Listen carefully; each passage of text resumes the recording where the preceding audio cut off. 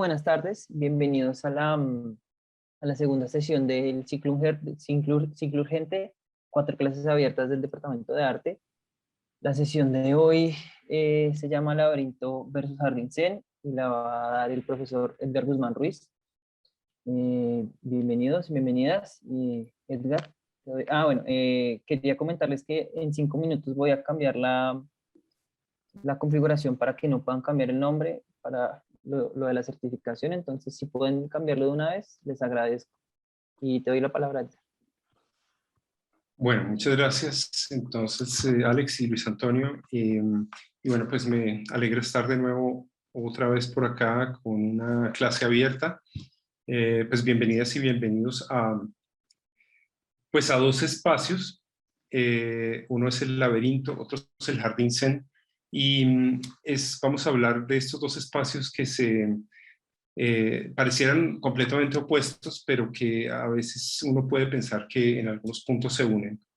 Entonces, este nombre, Laberinto versus Jardín Zen, es el nombre que le tengo a un curso de CBU. Es un curso que se ofrece pues, a toda la universidad, a estudiantes de todas las carreras.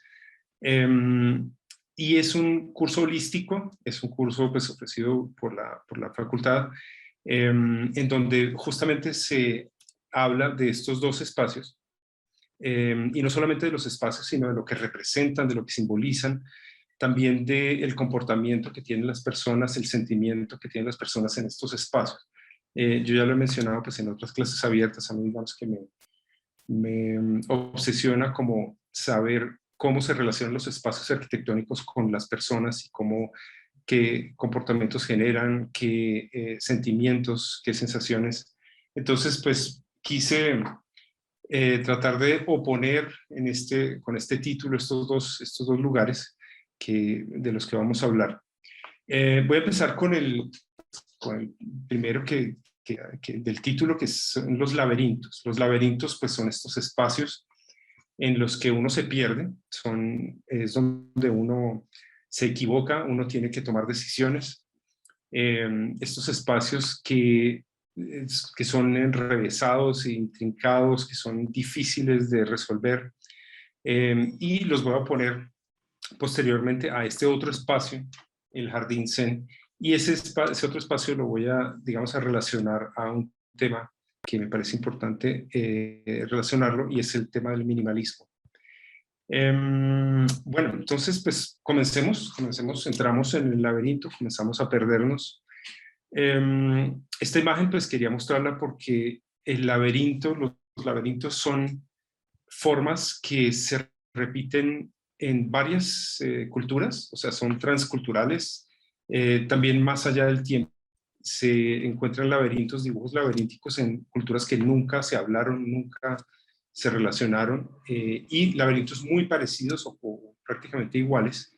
Y esto nos comunica que pues, este espacio del laberinto es algo que está metido dentro de nosotros. Entonces hay digamos, una obsesión del ser humano por los laberintos, por esas figuras de perdernos. Aquí aparece el maze. El maze pues aparece que es como un pasto que crece y que tiene esa forma laberíntica. Y esas formas se han repetido pues, durante toda la historia. Entonces voy a comenzar como a contar un poco pues uno de los mitos más conocidos en Occidente, que es el mito pues, del laberinto de Creta. Es importante aquí hablar o mencionar que estamos hablando de la Creta 1000 años antes del periodo clásico griego. Entonces estamos hablando pues, de más de 1300, 1500 años antes de Cristo, y es una cultura que es completamente diferente a lo que nos imaginaríamos de los griegos. De hecho, los griegos los griegos antiguos no tuvieron interés muy grande por los laberintos. Entonces, hay una cosa también muy interesante, y es que la historia se va a mover entre el laberinto y el jardín Zen. Nos vamos a mover entre el laberinto y el jardín Zen, o el minimalismo, con un péndulo.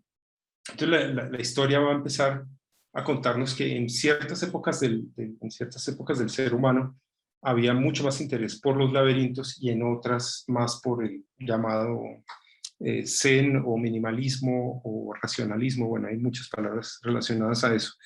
Entonces, y va a volver, va a ir y volver. Entonces es muy, muy interesante como si uno tiene una visión pendular de la historia, se va a dar cuenta que este interés del ser humano por los laberintos es un interés que aparece en ciertos momentos de la historia y después desaparece, o sea, va y vuelve.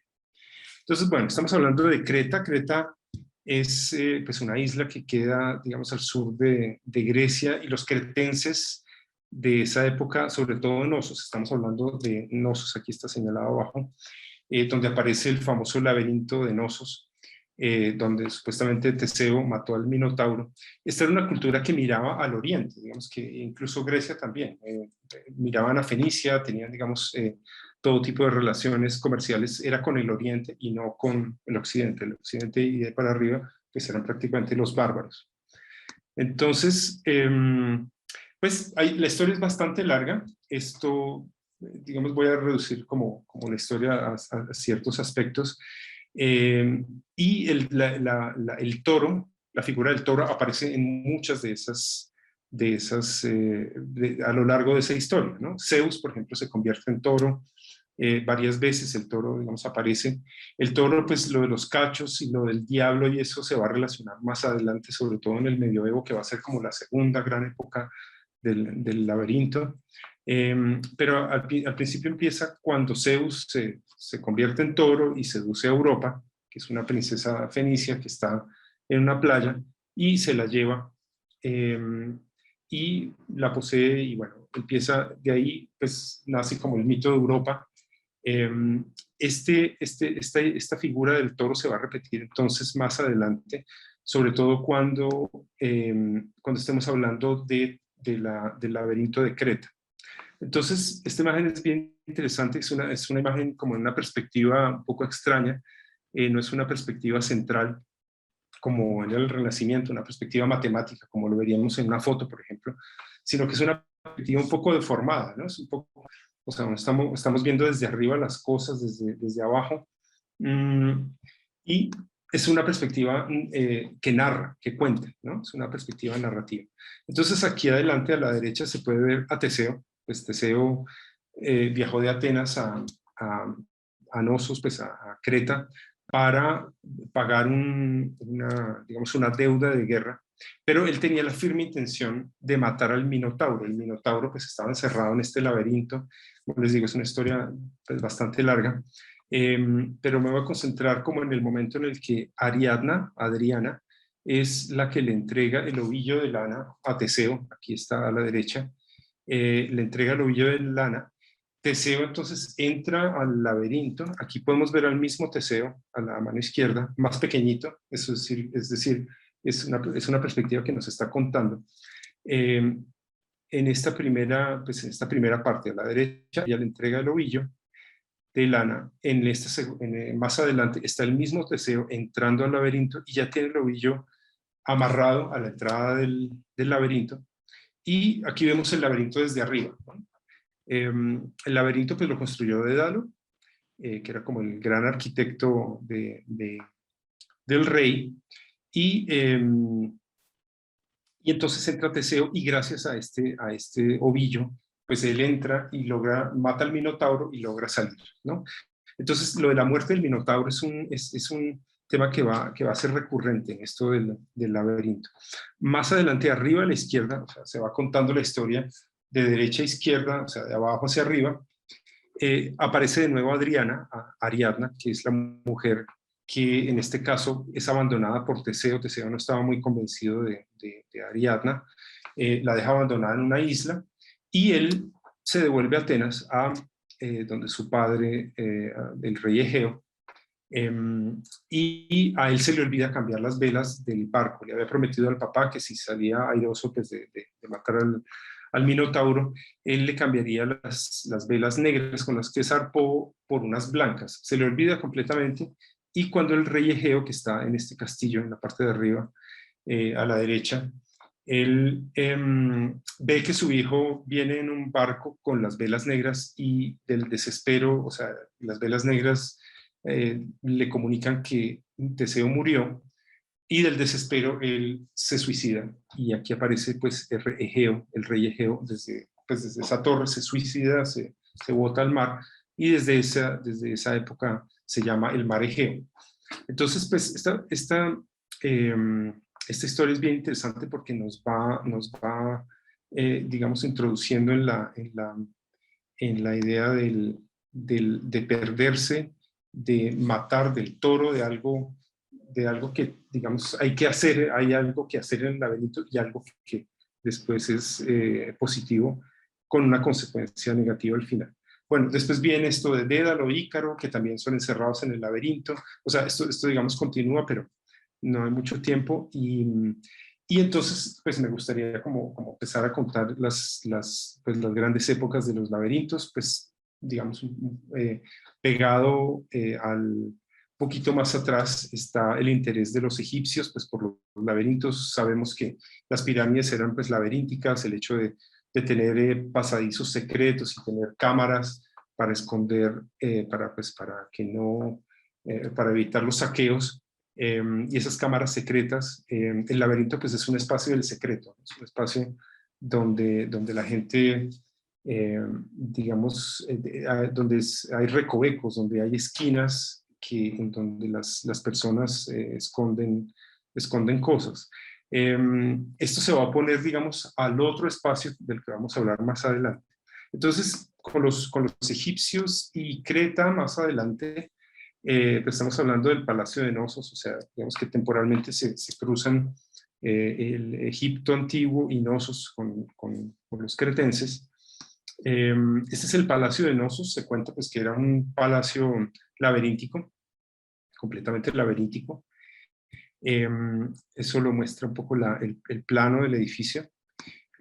Como les digo, esto es 1000 años antes de Pericles, ¿no? Del siglo de oro griego. Entonces es una cultura completamente diferente a la de los griegos.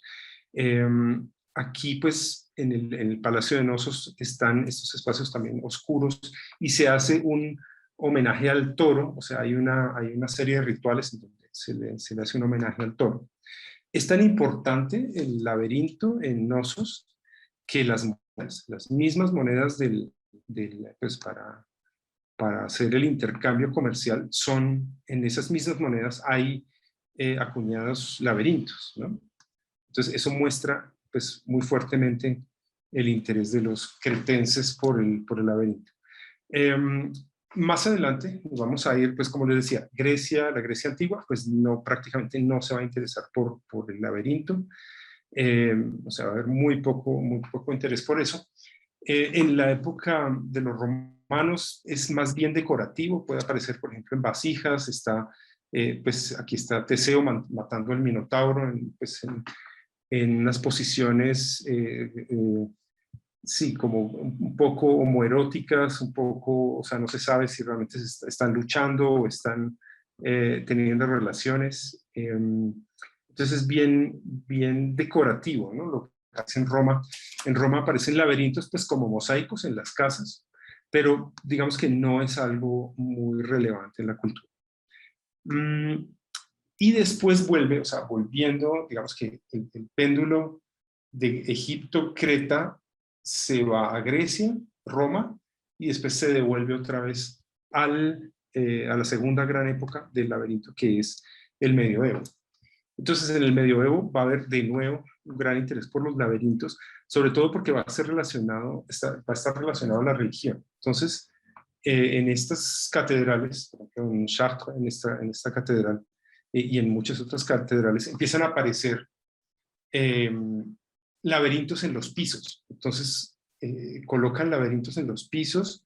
La gente entonces, digamos, en el centro del laberinto puede aparecer el diablo, o puede ser lo contrario, puede aparecer Jesús, o puede estar la Virgen, que son los salvadores, y siempre hay un diablo o algo digamos, perverso que está, o malévolo, que está en el centro, y hay un momento de limpieza, de catarsis, digamos que está el pecado ahí, y hay un momento de limpieza y de catarsis que es salir del laberinto, ¿no? Entonces el laberinto implica equivocarse, pero equivocarse digamos, pues, habiendo cometido el pecado, equivocarse, y la idea de redimirse y de sanarse sí está implícita también en el medioevo. Entonces, la gente lo que hacía era que recorría estas figuras de los laberintos de rodillas, entonando salmos penitenciales, y tenía, pues orando, cantando. Esto posteriormente desaparece, pero estas figuras que aparecen aquí los llaman dédalos incluso, no, ni siquiera laberintos, sino dédalos, ¿no? Después vamos al Renacimiento, o sea, vuelve el péndulo al Renacimiento, que es prácticamente volver a Grecia, y de nuevo, no hay interés por el laberinto. El Renacimiento, pues, con el humanismo, es otro tipo de pensamiento en donde la idea de perderse no es lo principal. Entonces se devuelve otra vez a la grande, nos devolvemos a la el tercer gran momento del laberinto, que es el barroco. Entonces tenemos Grecia, Creta, el medioevo, y vamos al barroco. En el barroco pues empiezan a aparecer laberintos de nuevo. Ahí empieza a haber un interés muy muy fuerte en los laberintos. Lo vemos en los palacios de los reyes, lo vemos en los jardines, y son espacios, y aquí también está la idea de perderse y de equivocarse y de tomar decisiones y errar y todo eso, como está en el medioevo, pero ya la cuestión es diferente porque yo aquí sí me puedo equivocar. Aquí aparece no como el pecado, sino como la posibilidad de equivocarme. Y no solamente de equivocarme, sino de jugar. Entonces, incluso aparecen laberintos, pues aquí está el laberinto del amor. Incluso aparecen laberintos en donde sí es importante que las parejas se vayan a ese laberinto y se pierdan para sus juegos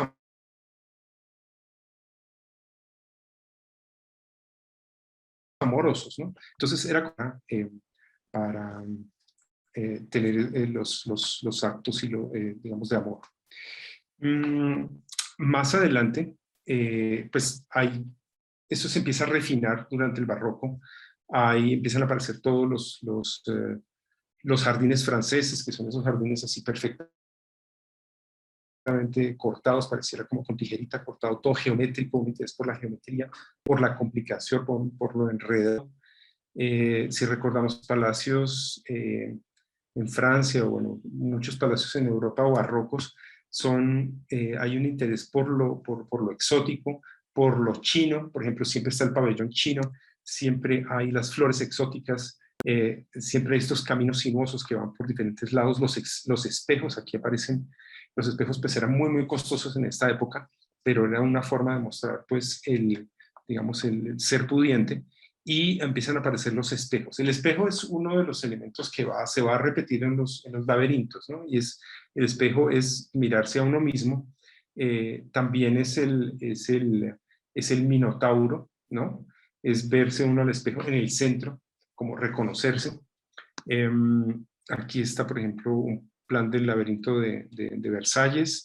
Estos llega a un grado de sofisticación impresionante. Hay muros de agua, incluso setos cortados perfectamente. Bueno, esto llega a un nivel de refinamiento en el barroco impresionante. Generalmente en el centro del laberinto hay unos, digamos, espacios donde la gente se sienta, hay fuentes, hay objetos más bien fálicos, otros que son más tendientes a lo femenino, pero siempre está como esta idea de perderse. Y hay un personaje bien interesante del barroco, que es Giovanni Battista Piranesi.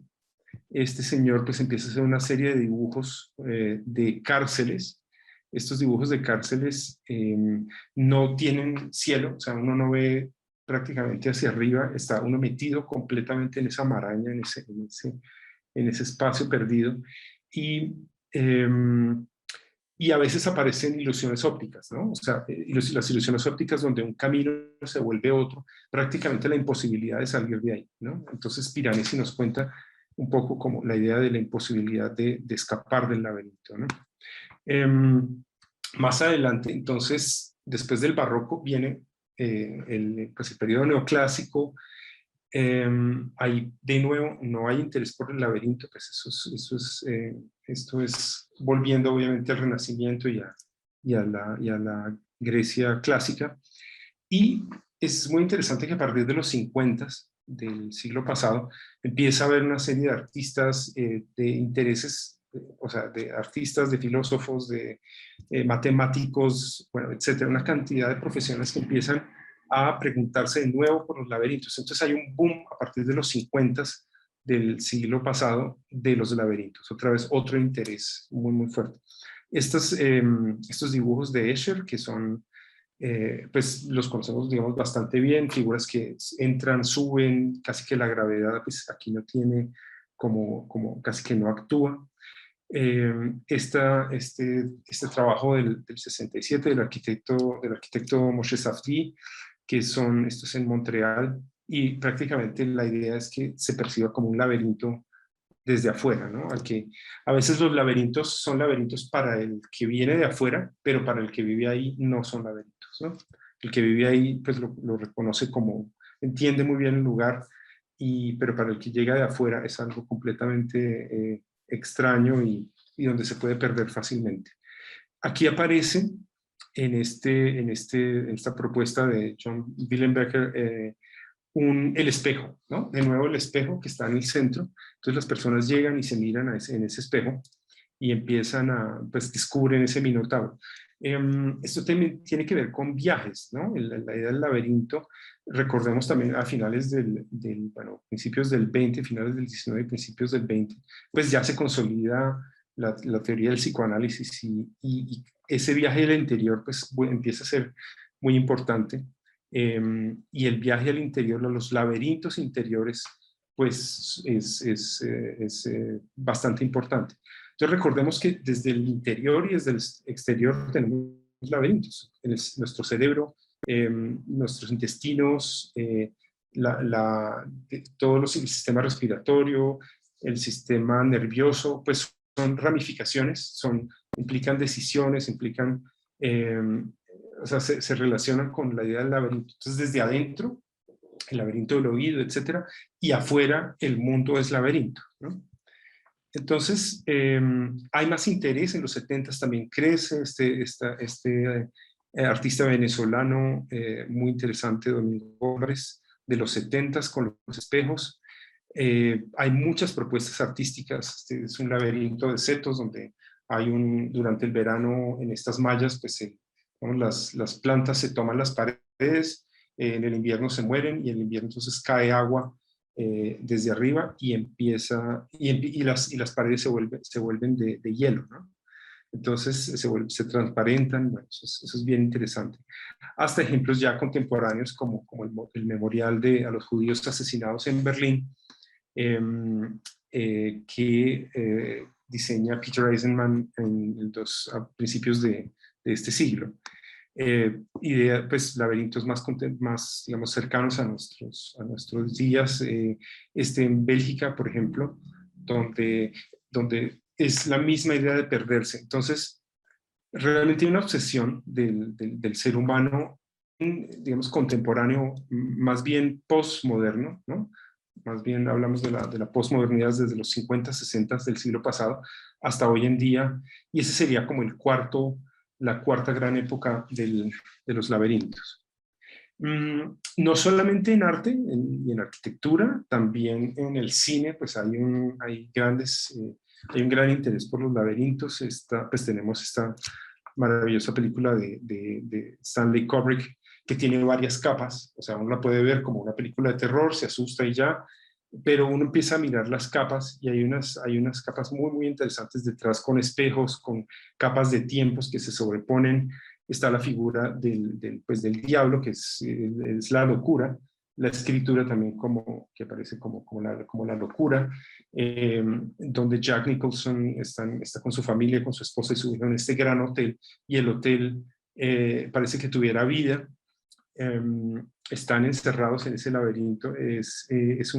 Hasta la música está pensada como espejos, ¿no? Está diseñada como espejos para que funcione en este laberinto. una de las escenas más digamos, aterradoras de esta película, de El Resplandor, con Kubrick. Películas como, bueno, como las del Laberinto de David Bowie. Es decir, si uno empieza a mirar el interés en películas en cine por El Laberinto, hay varias de Netflix, incluso hay una de Black Mirror que también habla de como de los laberintos, si uno escoge a la derecha o a la izquierda que quiere ver, bueno, uno casi que decide la historia de los personajes. Está Guillermo del Toro. Y bueno, digamos que uno podría hablar desde el interior y desde el exterior, ¿no? Entonces, como les comentaba, laberintos hay suficientes en el mundo, espacios donde perderse, pues también muchísimos, no solamente espacios, sino situaciones. Siempre, casi siempre hemos estado o estaremos en situaciones donde estamos perdidos, donde no sabemos, digamos, por dónde coger o cuál decisión tomar. Ahora, digamos, es el mundo de los algoritmos. En el mundo de los algoritmos algo nos está ayudando a tomar las decisiones, pero también genera nuevos laberintos. Entonces, las ciudades que crecen, digamos, alrededor de los centros, sobre todo en nuestras ciudades latinoamericanas, son laberintos. Para el que llega desde afuera, para el que está ahí, no son laberínticas, ¿no? Pero incluso es muy extraño porque por el otro lado yo puedo tener lugares muy ordenados, lugares muy, digamos, que tengan como, que sean muy, muy claros, pero la repetición y la monotonía hace que se vuelvan laberínticos, ¿no? Los centros comerciales son psicológicamente pensados para perderse, para no tener la luz del día, para estar rodeados de cosas que están brillando todo el tiempo, para si yo voy a comprar una cosa, salir con 15 cosas, eh, y los caminos están hechos para que uno se pierda, ¿no? La arquitectura de Rogelio Salmona, por ejemplo, es una arquitectura que es bien interesante porque Rogelio Salmona pues deja grandes espacios de recorrido, grandes espacios para que uno pueda recorrer y caminar, ¿no? A veces hay, como este edificio de posgrados, hay más espacios para caminar que para estar, ¿no? Que distancia. Entonces, el laberinto sí implica caminar, implica muros, implica no saber. Ahora uno puede extender la idea del laberinto no solamente a muros, a veces uno puede perderse en un bosque o puede perderse en un desierto o en el mar. Eso puede ser un laberinto también. Entonces, desde el punto de vista interno, externo y psicológico, el laberinto está presente en todos nosotros. Digamos que ese es como el primer lugar, un poco contando esto todo rápido. Esto lo trabajamos con los estudiantes de manera muy, muy interesante durante todo el semestre. Casi que la mitad del semestre la dedicamos a los laberintos, la otra mitad al minimalismo o al jardín zen. Y hay un sentimiento, digamos, del futuro, como un desconcierto frente al futuro, y es que justamente no sabemos qué va a pasar, es decir, percibimos las ciudades, las situaciones, el caos absolutamente desorbitado del mundo contemporáneo y futuros poco promisorios, sobre todo desde el punto de vista ecológico, que nos hacen preguntar, bueno, este laberinto también del capitalismo y del consumo, etcétera, ¿a dónde finalmente va a llevar? ¿No? O sea estamos envenenando el mundo, posibles futuros pues muy completamente desastrosos, y de pronto surge algo muy extraño, y es que nos empezamos o sea, lo sencillo nos empieza a llamar la atención, y eso es un signo de los tiempos. O sea, dentro de un periodo de caos total como el contemporáneo, que lo sencillo nos llame la atención, pues eso es un signo muy, muy interesante de este tiempo, ¿no?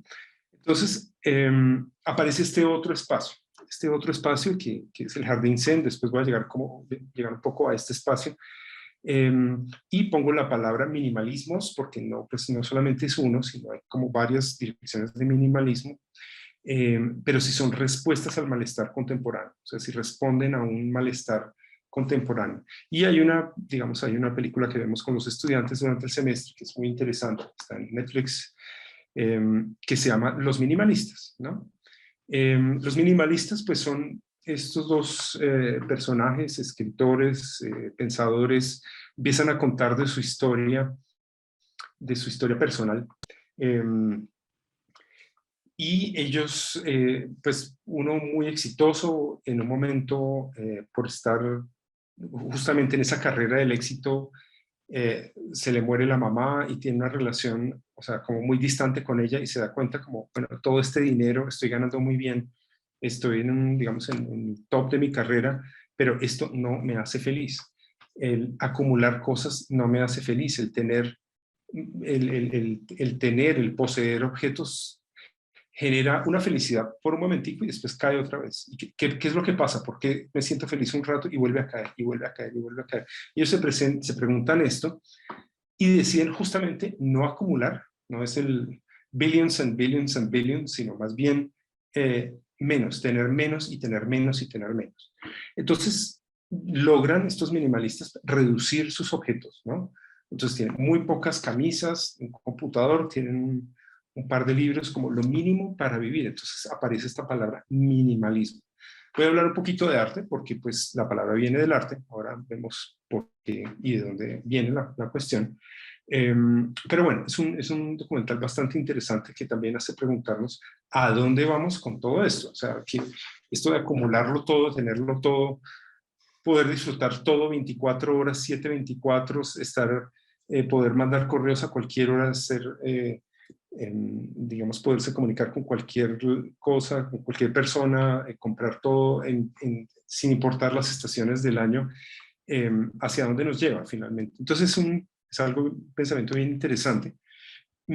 Y ahí me devuelvo a el pensamiento minimalista. Entonces, de nuevo, si el laberinto está metido dentro de nosotros, dentro de todos nosotros, y es algo interno, y es algo, y podemos ver el mundo como laberinto, las situaciones de la vida, las personas que nos encontramos. Ninguno de nosotros sabe por qué caminos de la vida estamos sentados aquí en este momento, o todos los caminos, digamos, que confluyen a que nos estemos sentados en este momento, pues hablando de este tema, es una cosa muy, muy interesante. Y pasa exactamente lo mismo con el minimalismo. Eso es completamente, está metido dentro de nosotros, ¿no? No es algo que es una moda que llegó por allá en el siglo XIX o algo así, de Oriente, no. Es un pensamiento que está metido completamente dentro de nosotros. Mientras en Oriente pasaba una cosa, en Occidente pasaba, o sea, al mismo tiempo, estamos hablando de la Grecia clásica, entonces vamos a empezar a hablar del otro lado del péndulo. Ya se estaba pensando algo muy parecido, es decir, eso es inherente al ser humano. Entonces teníamos Egipto antiguo, teníamos Creta, y nos vamos al periodo clásico griego. Entonces estamos hablando de pues, 500 años antes de Cristo. Ahí va a haber un interés muy, muy fuerte justamente por esto, por el pensamiento, llamémoslo minimalista. No vamos a hablar del jardín zen porque eso es parte de lo que viene de Oriente, pero sí es el mismo pensamiento, está ahí. Y tanto en Oriente como en Occidente se está pensando cosas muy, muy similares. Entonces, Platón, pues quería traer sobre todo los sólidos platónicos, son estos sólidos platónicos hechos con triángulos equiláteros, el tetraedro, el octaedro y el icosaedro, y el hexaedro con, pues, que son los 6 cuadrados, el dodecaedro con pentágonos. Estos 5 sólidos platónicos pues son considerados como la belleza.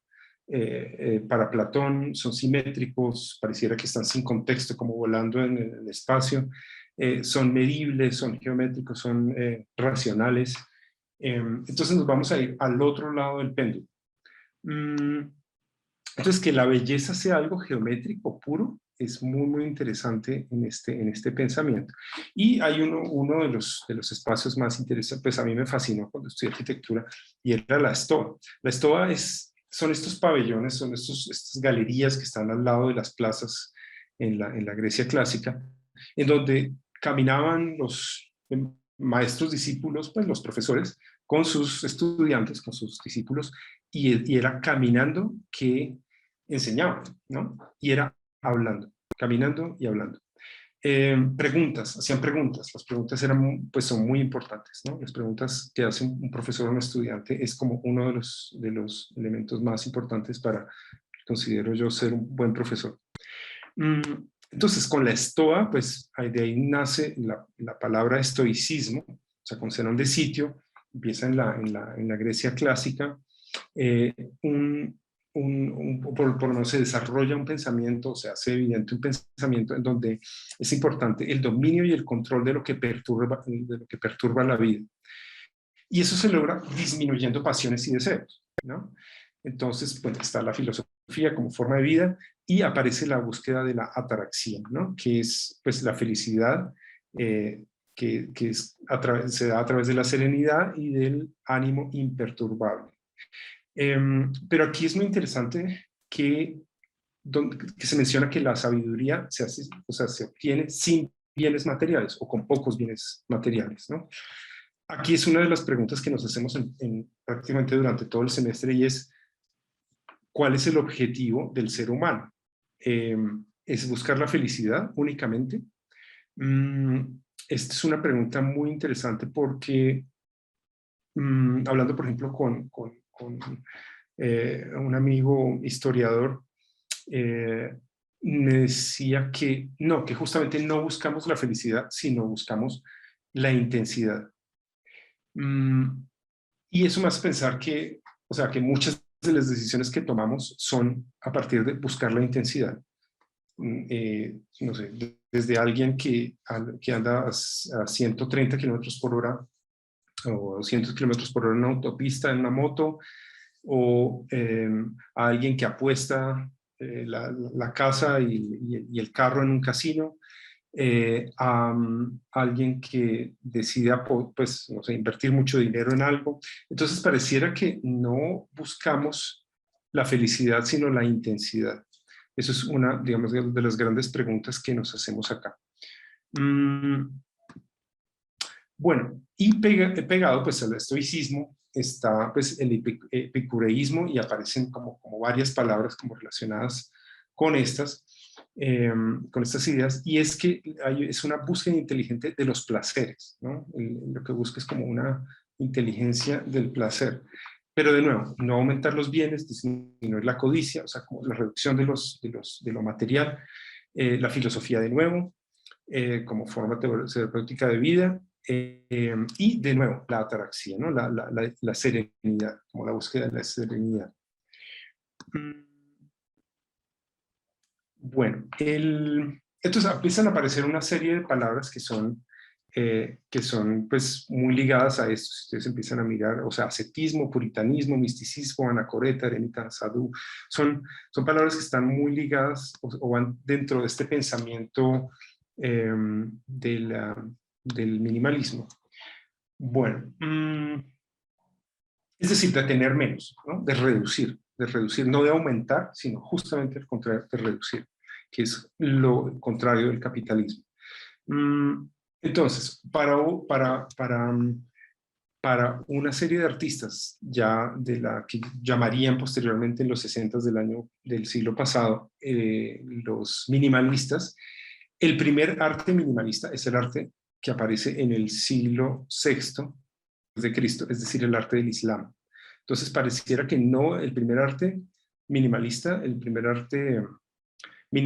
no es en los 60 como nos contarían, sino que ellos mismos dicen, no, es que justamente está en el Islam. ¿Por qué en el Islam? Porque se prohíbe, se prohíbe la representación de Dios con una forma humana. Porque si Dios es más que un ser humano, pues no puede ser representado con una forma humana. Entonces, para el Islam, digamos, puede haber representaciones de flores, a veces como de animales, pero sí se evita al máximo lo antropomorfo, ¿no? La representación de Dios con una forma humana.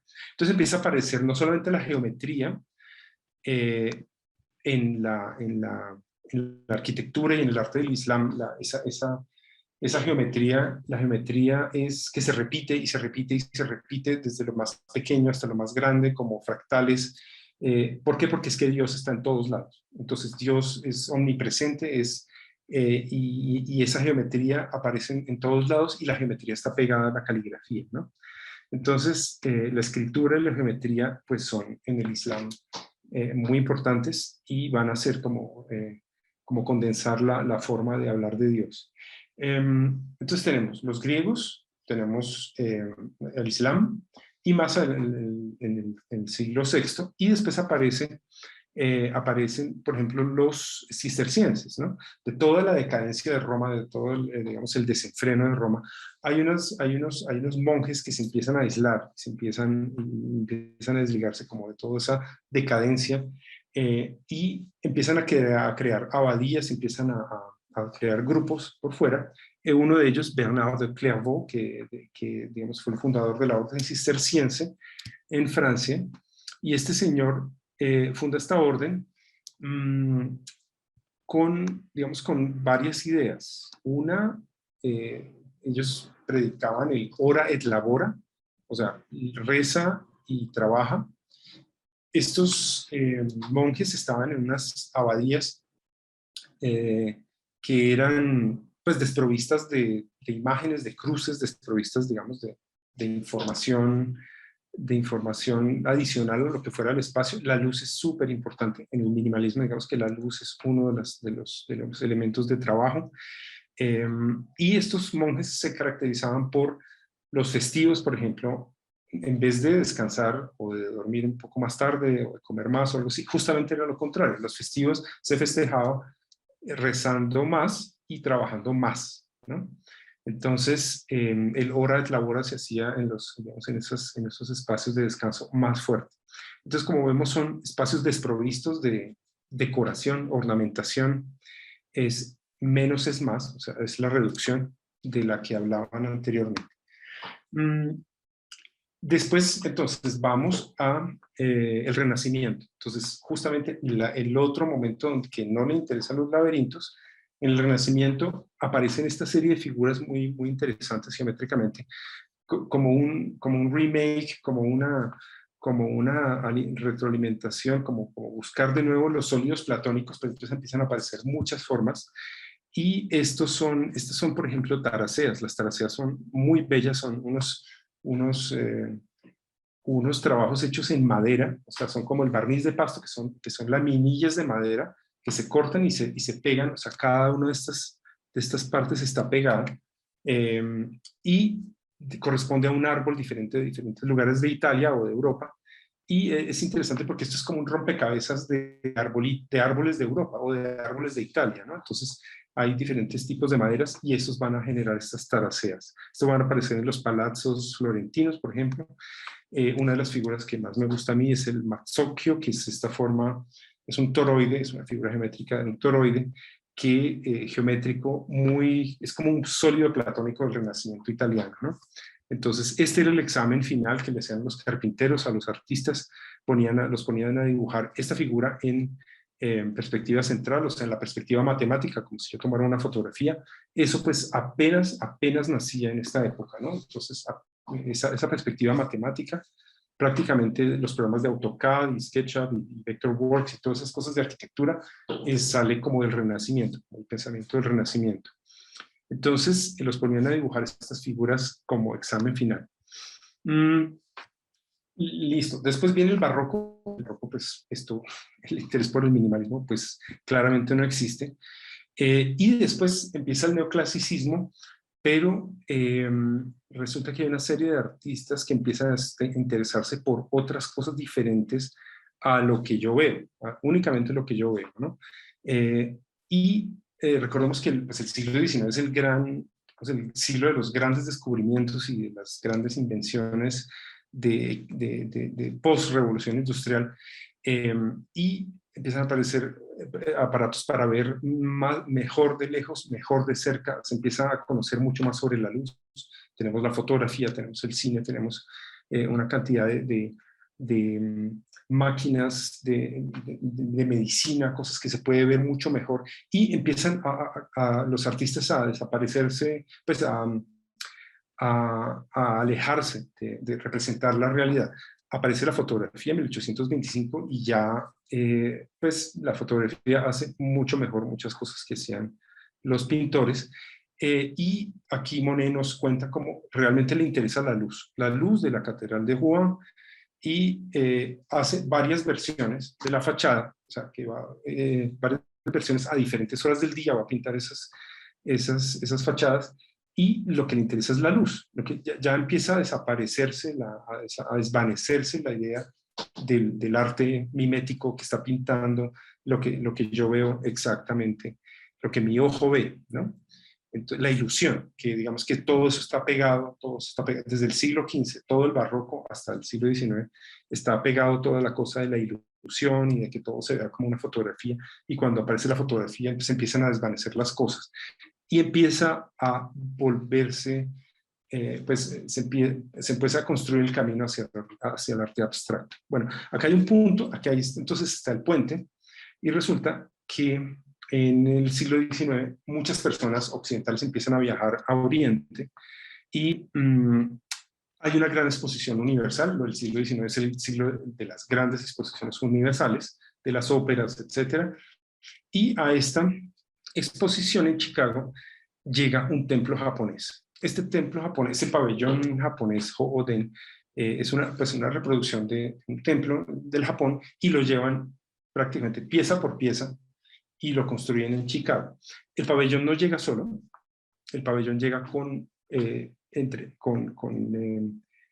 como con todo el pensamiento del budismo zen, y a finales del siglo XIX hay una gran oleada que viene de Oriente a Occidente con el pensamiento del budismo zen. Entonces, esta exposición de Chicago pues causa digamos, gran interés, y se empieza a hablar muy fuertemente en Occidente del budismo, ¿no? Del budismo, sobre todo el budismo zen. Entonces, mientras en Occidente estábamos con los griegos, en Oriente están los budistas hablando de pues, una serie, digamos, de mandamientos o de enseñanzas que, digamos, que se resumen acá. La primera es pues, que hay que seguir las enseñanzas del Buda. Si uno es budista, pues sigue las enseñanzas del Buda. Los budistas creen pues, que el sufrimiento, la insatisfacción y el descontento son parte de la vida. O sea, eso no es 100% felicidad, sino que simplemente el sufrimiento y la insatisfacción y el descontento son parte de la vida, ¿no? Y la causa de este sufrimiento es el deseo. Entonces, ¿cómo hago yo para no sufrir? Pues extingo el deseo. Entonces, es interesante cómo en Oriente y en Occidente son como pensamientos muy similares. Hay algunas diferencias, pero también hay métodos, ¿no? Si el Occidente era la filosofía, aquí aparece, por ejemplo, la autodisciplina, el autoconocimiento, una conducta ética, la meditación. La meditación, digamos que ese sí es bueno, lo que es el ora, para orar, rezar para los occidentales, aquí aparece la meditación, de ahí viene después el zen. Y la conciencia del presente, ¿no? Entonces, las personas que logran eso, que logran prácticamente eso hacia la búsqueda del nirvana, las que logran eso y llegan al nirvana, ¿qué quiere decir la iluminación? Esas personas, digamos que cesan el sufrimiento. En el curso del CBU hay una sesión muy interesante que nos da Pedro López, un instructor de yoga. Entonces hacemos una sesión que es con el instructor, y él nos comentaba que, es decir, que puede existir el dolor, pero no el sufrimiento. O sea, digamos que la intención es que, listo, hay dolor, pero sin sufrimiento. Y las últimas digamos, dos palabras es que el karma, pues es causa y efecto, ¿no? Causa y efecto, y que la creencia más en el renacimiento que en la reencarnación. Bueno, ahora, cuando estamos hablando del budismo zen, o sea, la palabra zen viene del chino chan, que quiere decir meditación.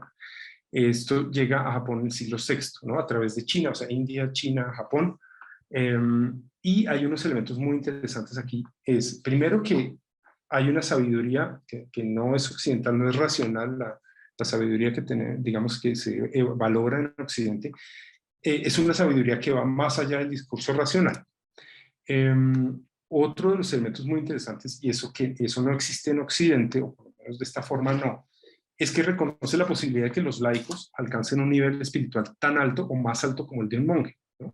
Eso, pues en Occidente casi no se reconoce.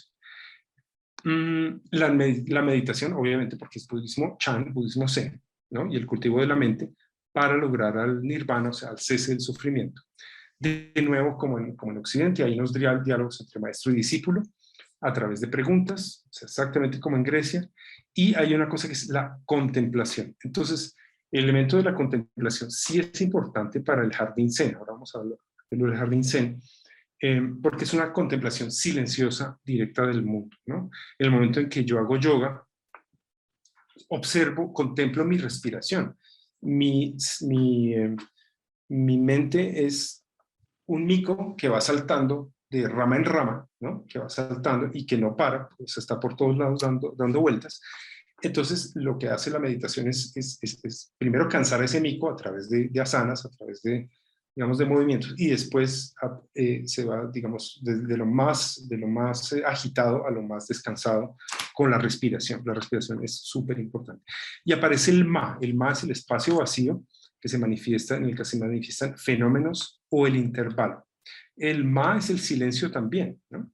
Que para los músicos es tan importante, o para hablar es importante. Interesante, los alemanes, por ejemplo, dicen hablar es plata, callar es oro. Y ya el sintoísmo, hay una mezcla muy interesante en Japón, que es a través del Shinto o del sintoísmo, que es el camino de los dioses, y es que esa es la religión originaria del Japón. Entonces, la religión originaria del Japón, pues es una religión animista. Hay varias religiones, pero digamos que el Shinto, pues es una de los como más reconocidas, y es animista, y se busca vivir en armonía con los kami, con los seres espirituales de la naturaleza. Y hay una alta veneración a los antepasados. Bueno, entonces aparecen estos jardines. Yo pues tuve la oportunidad de estar en el templo Ryoanji. Es realmente muy, muy especial este lugar. Es en Kioto. Y es un jardín, primero, pues no tiene plantas, o sea, es un jardín de piedra. Las piedras están colocadas de una forma muy, muy, no, yo no diría muy pensada, muy racionalmente pensada. Es una forma muy sentida. Ahora les digo por qué eso. Este templo es muy, muy interesante porque uno se sienta, o sea, es un templo que está rodeado, tiene dos muros como en L, que uno observa y uno no puede pasar ese lado, y dos espacios donde está el templo, en la otra esquina, donde uno se sienta. Uno se sienta para contemplar este jardín, para mirarlo. Como ustedes ven, eso está rastrillado, eso tiene como unos caminos que están rastrillados, y que los monjes hacen eso desde hace cientos de años, ese mismo rastrillado. Entonces, las formas alrededor de las piedras son circulares, rastrilladas circulares, como si hubiera ondas, como si fuera agua. Y hay una cosa muy interesante de este templo. Hicieron en Kioto, en la universidad, hicieron una serie de investigaciones de por qué este lugar producía paz, porque la gente contemplaba, porque se sentaba y realmente le baja a uno ese mico que salta de rama en rama, eh, y produce paz. O sea, realmente este jardín produce paz. Y resulta que hicieron 1000 pruebas con las piedras, o sea, con computadores y no sé qué, y después se dieron cuenta que el espacio que produce esa sensación de paz es que el espacio entre las piedras es un espacio muy parecido al espacio vacío el espacio vacío que serían las ramas de un árbol. Entonces vuelven a la naturaleza, o sea, viéndolo desde arriba, uno vería como un árbol que tiene unas ramas extendidas, y los espacios de esos entre las piedras se dan por ese vacío. Ahí está el Ma, ¿no? En Japón, pues hay algo muy interesante también de varios templos, y es que no son no es el fetichismo de Occidente, de esta piedra es de 1800 o de 1500 o de 1100, sino que estos templos, por ejemplo, hay templos que se destruyen y se reconstruyen cada 25 años religiosamente. Es toda digamos, es todo un ritual, es un rito reconstruir esos templos, y se destruyen y se vuelven a construir. Lo que importa no es el fetichismo de las piedras y de la madera, sino la forma en que se construyó hace cientos de años, o sea, desde el año 672. La próxima vez que lo van a reconstruir, si pueden estar o podemos estar en el 2033 en Japón, pues por ejemplo, en la prefectura de Mie, ahí se puede ver cómo este templo será reconstruido de nuevo, como se hacía hace cientos de años. Entonces, lo que importa ahí es que los jóvenes artesanos aprendan a construir el templo. No interesa si eso es viejo, sino es la transmisión es la transmisión del conocimiento. Bueno, y otros elementos que toma el occidente para el minimalismo, cuando ya entremos al tema del minimalismo, es la arquitectura mediterránea. La arquitectura mediterránea, pues, es una arquitectura blanca, digamos, en gran contraste con ese mar azul profundo, las personas, techos planos, las personas caminan por los techos, y eso lo van a tomar los arquitectos modernos, como Adolf Loos, y va también Le Corbusier, pues los grandes arquitectos modernos, y van a empezar a hacer edificios que son poco ornamentados, no tienen, o sea, desprovistos de toda ornamentación, y cubos blancos, cajas blancas, que no tienen, pues que no, digamos que no son narrativas. Y hay, digamos, tres frases muy famosas del minimalismo, y es que la forma sigue la función, de Louis Sullivan, y dos de Mies van der Rohe, que es menos es más y Dios está en los detalles. Entonces, estas frases, digamos que van a calar fuertemente. Hay un crítico de arte que se llama Richard Folheim, y este señor, filósofo, va a hablar de una exposición que hace una serie de artistas. Él se va a referir como un artista principalmente, pero hay una serie de artistas que en los 60 están produciendo un tipo de arte al que él va a llamar minimal art. Entonces, es aquí este señor que acuña, este señor Richard Folheim, va a acuñar la palabra minimal art. Él se va a referir principalmente a los cuadros de Ad Reinhardt. Este señor Ad Reinhardt era como el monje negro del arte de los 60, y él va a hacer una serie de cuadros que son cuadrados y tienen 9 tipos de negros. O sea, esto es negro, no lo ve de lejos, es un cuadro negro, pero resulta que van a aparecer 9 cuadros, 9 colores negros. Refiriéndose principalmente a los cuadros de Ad Reinhardt, él va a acuñar el término minimal art.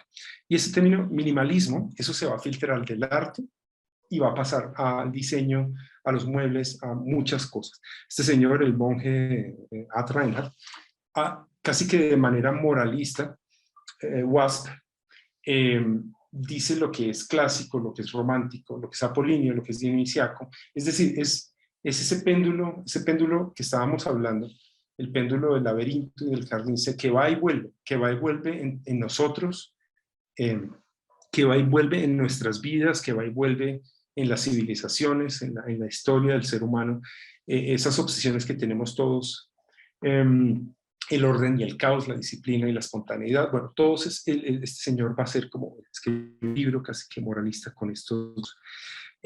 Y ya estamos en el abstraccionismo. Los cuadros como los de Malevich están desprovistos de las figuras.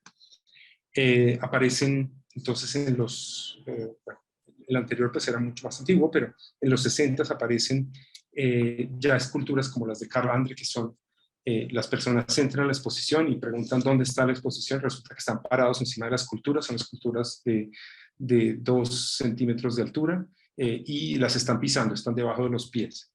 Entonces, como pueden ver, pues es un arte. Ese arte minimalista generalmente es un arte hecho, producido por la industria, es mandado a hacer, a veces la mano del artista ni siquiera está ahí. Este trabajo de Donald Judd, por ejemplo, aparece el vacío, aparecen unos objetos que son tan importantes, es tan importante el objeto como el vacío, el objeto y el vacío. Si nos vamos y esto se extiende, o sea, sale del arte y eso explota, y eso se extiende a los muebles.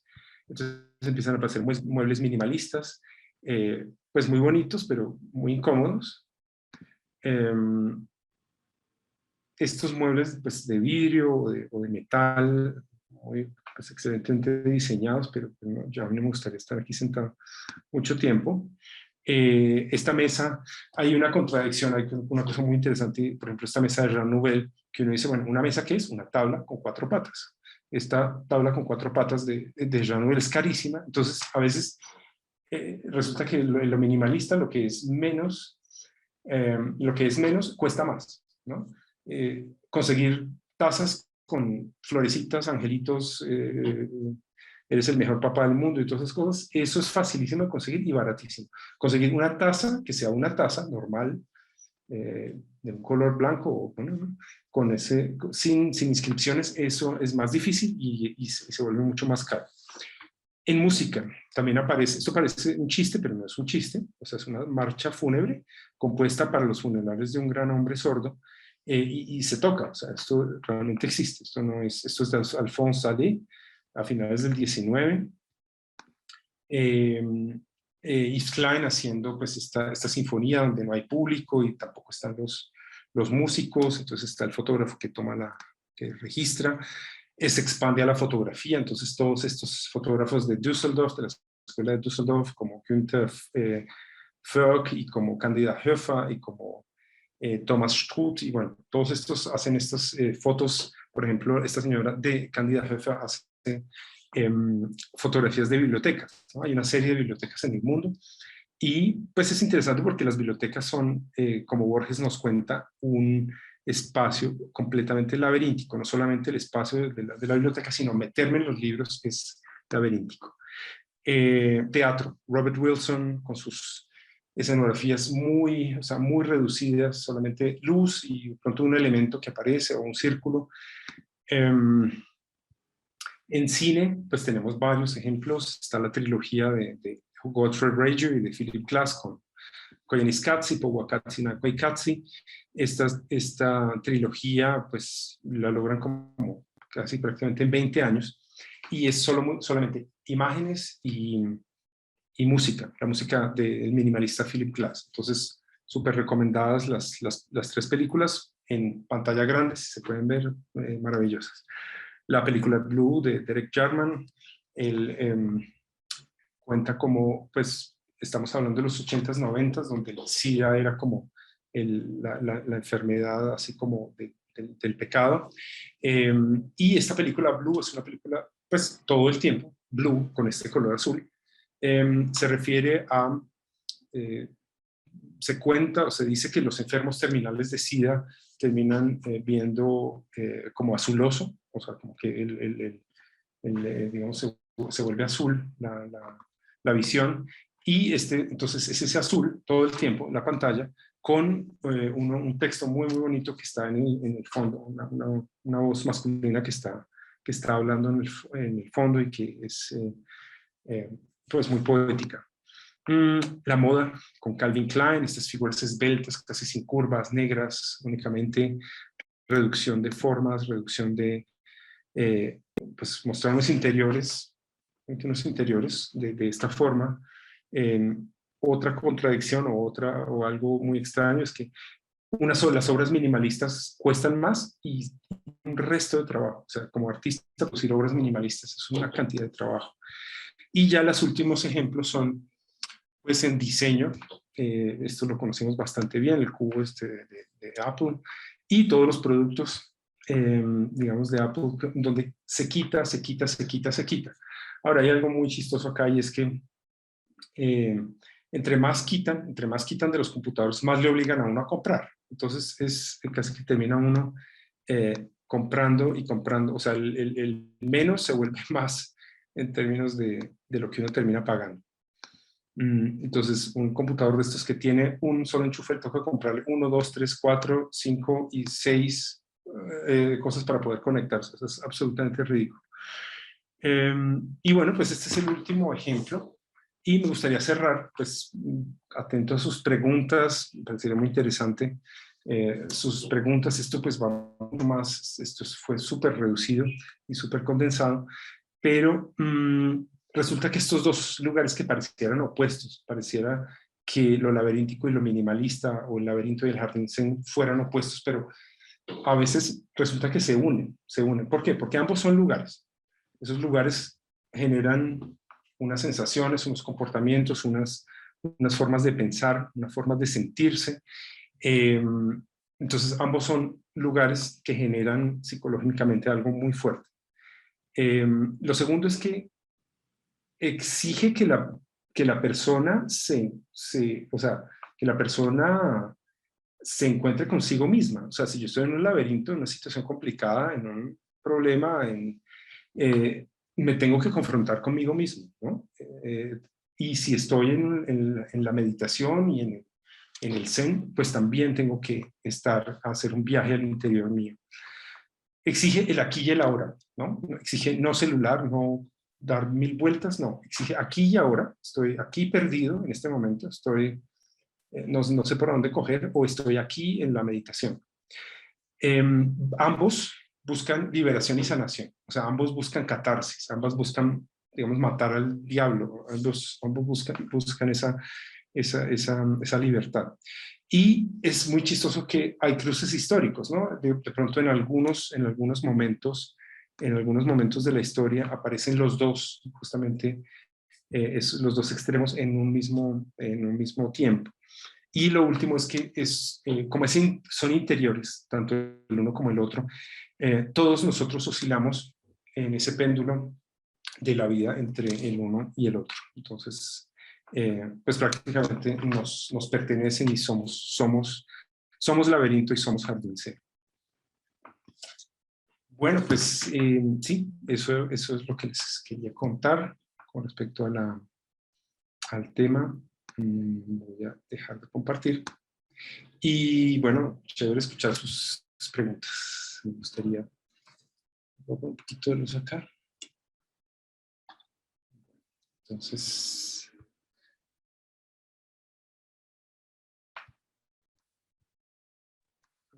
Edgar, en el chat hay una pregunta que ok. dice, ¿cuál es la razón de rastrillar? Como en los jardines cuando mueven con esta herramienta. Ok, sí, por ejemplo, alrededor de las piedras hay digamos, si la piedra tiene esta forma, ese rastrillo se hace alrededor de todo, o sea, perimetral, completamente periférico, y la idea es que se vea como si fuera una foto tridimensional, ¿no? Es como una foto volumétrica, y es el momento en que la piedra entra en el agua. Entonces, en el momento en que la piedra entra en el agua, genera estas ondas, ¿no? Esas ondas que son las que generan, que da el rastrillo. Entonces, eso es una de las, digamos, de las razones. Y la otra, sí hay algo de autodisciplina, de disciplina, de rastrillar, ¿no? También en los monjes, como de algo que se repite, que se generar el rito de hacerlo todo el tiempo. Sí. Bueno, Fiorella pregunta si se puede tener la grabación. Claro, la grabación eso queda grabado. Ok. Bueno. Tercer dicho, form follows function, less is more. Y Dios está en los detalles. Esa es la tercera. Sí. Y Verónica Valencia pregunta, ¿las figuras repetitivas de los musulmanes donde se representa lo absoluto de Dios se relacionan con las figuras geométricas y repetitivas de algunas culturas de sudamericano como los mapuche? Bueno, pues no lo había pensado así. Pues no tengo muy en la cabeza las figuras de los que utilizan los mapuches, pero me imagino que son antropomorfas o zoomorfas. No sé, Verónica, creo que de pronto las conoces más que yo. Pero las de los musulmanes sí, o por lo menos en el Islam la idea es como prohibir la representación de Dios como un ser humano, ¿no? Con algo antropomorfo. Entonces, pues no lo sé muy bien. Sí, pues no lo sé muy bien. Pero sí en los musulmanes es, digamos, un impedimento de la representación a través del ser humano.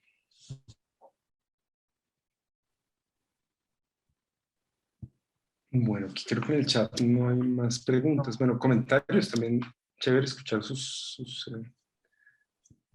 qué piensan sobre esto, sobre perderse. Hola, Ah, profe. ah, Perdón. sí, Hola, profe. Mi nombre es sí, Juliana sí. Hola, Julián. y estaba haciendo una reflexión y quería saber si estoy en lo cierto o si es muy subjetiva. Y es que para hacer parte del laberinto, lo ideal es entrar en él y perderse. Ujú, Para encontrarse en el jardín Zen se hace desde la contemplación y quienes rastrillan son los monjes y uno es espectador.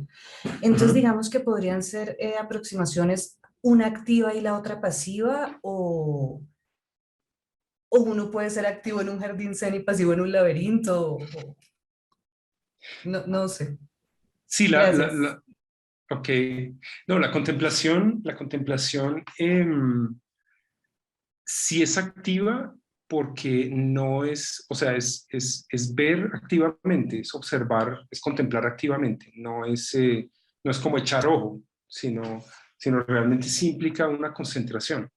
Y para alguien que haga meditación, pues eso es, por ejemplo, hay un tipo de meditación que es como concentrarse en un punto o en una esquina durante mucho tiempo, ¿no? Pues estar concentrado en un punto durante una hora. Y es dificilísimo, pero dificilísimo. Entonces, la contemplación sí implica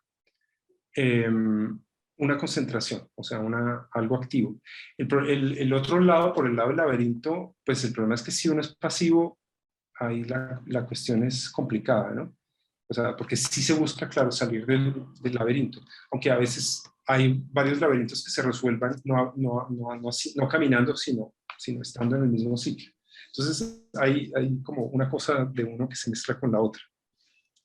Claro, en este momento acaba de ser absolutamente claro para mí. Gracias, profe. Ya lo Bueno, entendí. bueno, Julián. Aquí Verónica dice que quiere compartir pantalla y que tiene ejemplos de los mapuches. Bueno, sí, pues sí. Yo le Entonces, comenté por ¿puede directo comentar o no?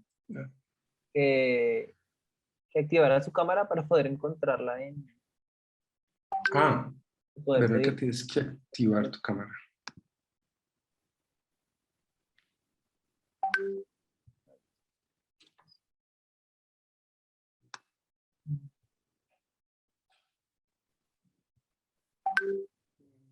Ah, ya te veo, Verónica. Ok, te vemos. Espérame, creo que ya.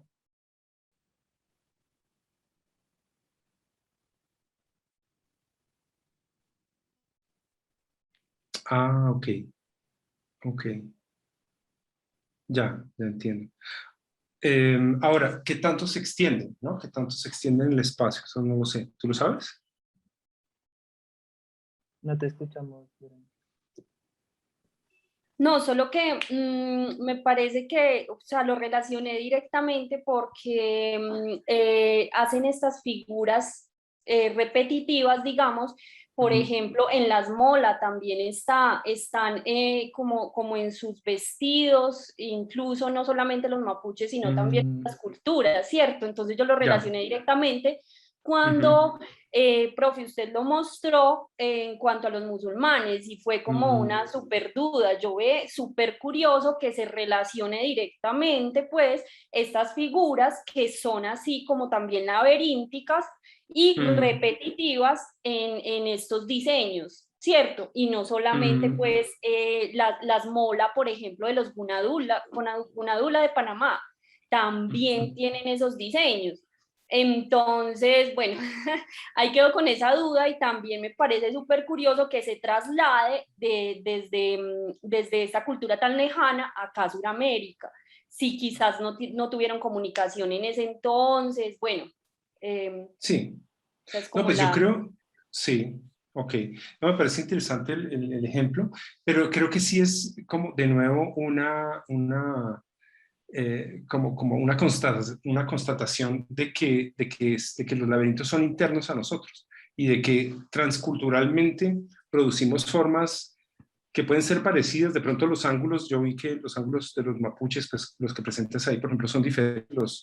el Islam utiliza mucho el hexágono, ángulos de 60, 120 grados, y los de los mapuches veo que son otros ángulos, pero sin embargo veo que está tan metido entre nosotros, eso, o sea, es casi que inherente a nosotros, está tan dentro que puede producirse en diferentes culturas, sin ningún problema, ¿no? O sea, si hay similitudes, veo diferencias, pero es algo que es humano, creo que es humano, ¿no? Entonces, Gracias, profe. por ahí.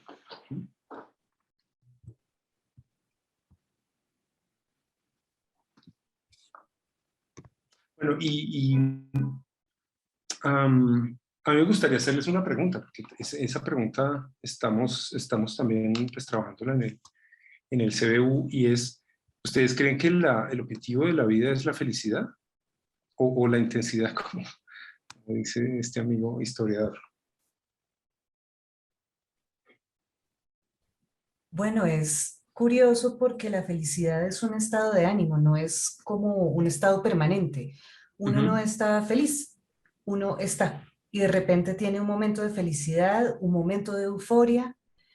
Entonces yo creo que es más como buscar, ay, se me fue, lo dijiste ahorita en la charla, dame un segundito, la ataraxia, es buscar como este estado de tranquilidad, de más que de Serenidad. felicidad, serenidad. Eh, es como lo veo yo, porque si uno estuviera feliz todo el tiempo sería absolutamente desastroso Sí, o estarían las drogas. y agotador, El, sí. sí, este libro del Dalai Lama, del arte de la felicidad, es muy interesante justamente porque menciona, dice, pues, o sea, si le hacemos caso a los sentimientos, que pues, me has dicho, los sentimientos, o sea, no hay algo que sea más una montaña rusa que los sentimientos. Entonces, alguien, no sé, ahorita sonó un perro por allá que me está molestando hablar con ustedes, entonces me molesta y después estoy contento porque alguien me felicitó y después se me quemó la comida y vuelve. Entonces estamos en una montaña rusa que pues la felicidad prácticamente es como difícil que exista. Entonces él dice que ese análisis sí lo han hecho, personas que se ganan la lotería y pues no sé, de pronto 100 millones de dólares de un día para otro.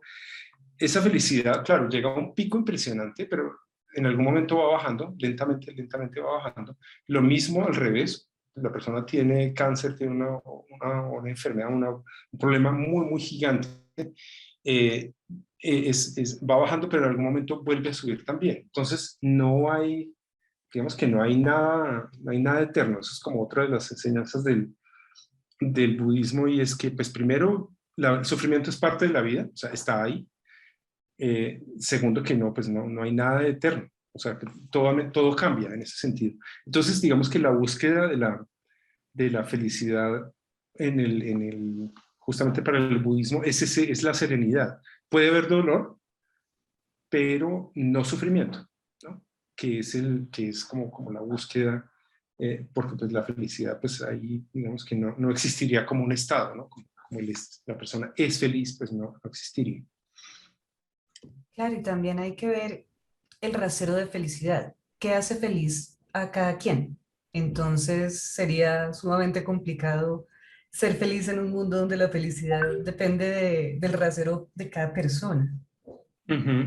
Sí, ahora, de todas formas, digamos, si vivimos en un mundo capitalista, sí digamos, siempre nos cuentan que es teniendo, acumulando, que se logra esa felicidad, ¿no? Entonces, es a partir de la acumulación que funciona la felicidad. Lo que pasa es que eso dura un momentico y después necesito más. Entonces, es como las drogas, el capitalismo. Entonces, si tengo un pedacito, pero ya la próxima me toca una dosis cada vez más fuerte. Entonces, y eso es lo que, por ejemplo, los minimalistas en esa serie pues hablan, ¿no? Que un momento en que realmente lo material no me da la felicidad, no me da la felicidad que me prometen, que es lo que le prometen a uno, ¿no? Y el problema al final es justamente el envenenamiento en el que estamos, que eso, de hecho, estamos envenenando, pues, es el veneno lo que nos estamos comiendo. Elena dice, yo creo que es conocer, crecer, aprofundir, hasta llegar a la tranquilidad interior. Sí, Sí, pero ese es un camino durísimo, o sea, tranquilidad interior, camino duro.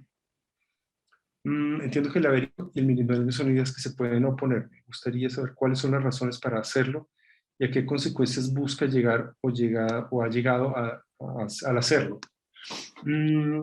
Sí, oponerlo quiere decir que son los dos estados en los que estamos siempre, ¿no?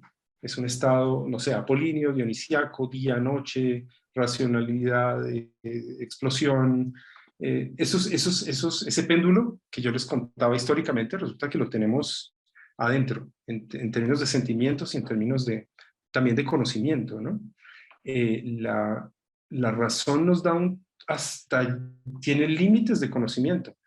El sentimiento también tiene límites de conocimiento. Entonces, me gusta oponer eso porque o sea, el laberinto y el minimalismo o el jardín zen, los pongo así, como dos lugares que se oponen, porque es que están dentro de cada uno de nosotros. Entonces, eso es como algo que me fascina, como un poco el Dr. Jekyll y Mr. Hyde, ¿no? Como el Teseo y el Minotauro.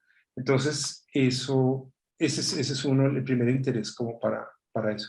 Y las consecuencias o lo que busco llegar a, pues lo que busco es hablar con el otro, saber qué piensa sobre esto, si está pensando, sintiendo como yo con respecto a esto, ¿no? Entonces, y aparecen unas preguntas súper interesantes, por ejemplo, el objetivo del ser humano, cómo, mejor dicho, ¿esto para qué? ¿O qué sentido le damos? O sea, ¿qué sentido tiene la vida finalmente, ¿no? Esto lleva a las grandes preguntas nuestras, que nos hacemos.